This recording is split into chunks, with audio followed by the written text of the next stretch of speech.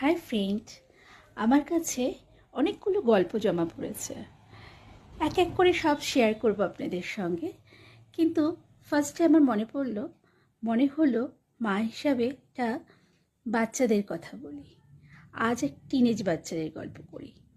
Teenage বয়সটা হলো সাংঘাতিক সময়, একটা বয়ঃসন্ধির সময়। এই সময় নানান পরিবর্তনে এরা বড় হয়। হঠাৎ করে তাদের শারীরিক চেঞ্জেস, হঠাৎ করে তাদের বেড়ে ওঠা, সব কিছুতেই যেন ওরা নিজেদেরকে ভাবে বিশাল বড় হয়ে গেছে ওরা, কিন্তু অথচ মনের দিক দিয়ে ওরা খুব ছোট। এই সময় ওদের সঙ্গে আমাদের বন্ধু হয়ে মিশতে হবে, আমাদের ওদেরকে সময় দিতে হবে, ওদের কথা শুনতে হবে। তারপর যদি মনে হয় ওরা কিছু ভুল করছে, সেটা ওদের বোঝাতে হবে। ফার্স্ট অফ অল আমাদের ওদের সঙ্গে বন্ধু হয়ে মিশতে হবে, তাহলেই ওরা আমাদের সঙ্গে কথাগুলো শেয়ার করে উঠতে পারবে। এটাই হচ্ছে প্রথম কথা।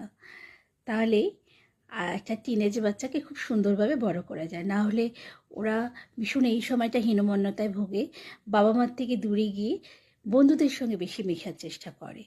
যাতে সেটা কম হয়, তার জন্য বাবা মাকেই বন্ধু হয়ে উঠতে হবে। এটাই হচ্ছে প্রথম কথা।